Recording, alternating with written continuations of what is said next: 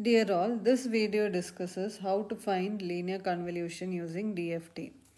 So the basic steps to be followed in order to find linear convolution using DFT is first calculate the value of n, that is the length of the final result, using the formula n l plus m minus 1, where L represents the number of samples in x of n, m represents number of samples in h of n minus 1.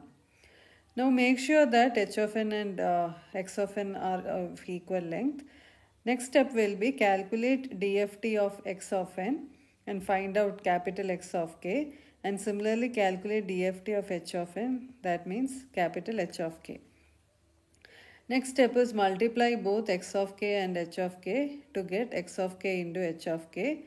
Now after this, once you have obtained the DFT, multiply it, and in order to get the sequence, we have to find out the IDFT of y of k, which will give you the final result.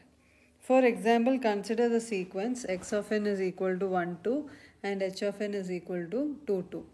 So the total length n will be equal to 2 plus 2 minus 1 equal to 3. So we have to find out 3-point DFT. So here in order to compute, we have to find out n equal to 4. So to find out n equal to 4, first add make the length of the sequence 4, that is make x of n is equal to 1, 2, 0, 0 and h of n is equal to 2, 2, 0, 0. So now first step is calculate the DFT. As we are finding out 4-point DFT, the general sequence or the matrix for 4-point DFT is given as minus j minus 1 j minus 1 minus 1 minus 1 1 j minus j. So this is the matrix, and x of n is given as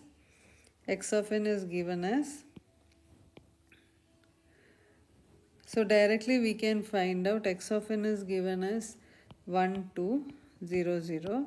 So directly we can find out 4-point DFT. So if you apply matrix multiplication, so this will be equal to 1 plus 2 plus 0 plus 0, then 1 minus 2j plus 0 plus 0, 1 minus 2 plus 0 plus 0, then 1 plus 2j plus 0 plus 0.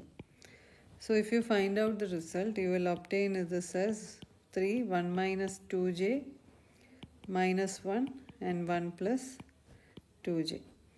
Now next step is find out h of k. So in order to find this, again consider the matrix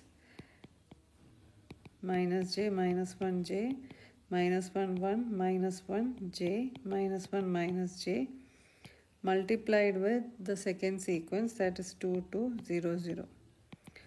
So if you multiply this, so the answer will be, first will be 4, second will be 2 minus 2j 0 and 2 plus 2j.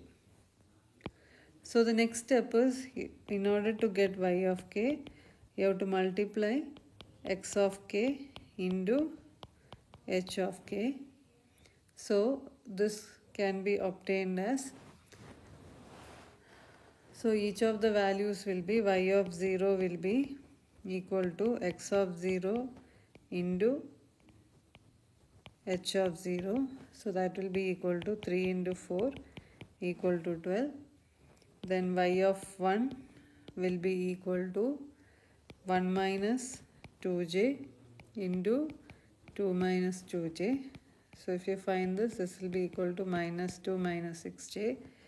Then y of 2 will be equal to minus 1 into 0 equal to 0, and y of 3 will be equal to 1 plus 2j into 2 plus 2j equal to minus 2 plus 6j. So finally y of k will be equal to 12 minus 2 minus 6j, 0 minus 2 plus 6j.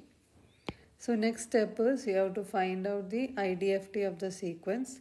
So in order to obtain the IDFT, that is 1 by n into, you have to find out the IDFT. So the formula will be 1 by n means 1 by 4 into 1 1 1 1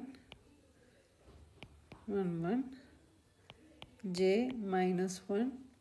So the formula j has to be interchanged. Wherever minus is there, it has to be interchanged with plus, and wherever plus is there, it has to be interchanged with minus. So 1 minus 1 minus j minus 1j. So this will be the general matrix multiplied with 12 minus 2 minus 6j, 0 minus 2 plus 6j. That is the sequence what we have found out. So if you solve this, the result will be 2640. So the final y of n is equal to 264. This can also be verified by the symbol method, that is 1 2 2 2. So 2 4 2 4. So the answer will be 264. So this is how to solve linear convolution using DFT. So do share, like and subscribe.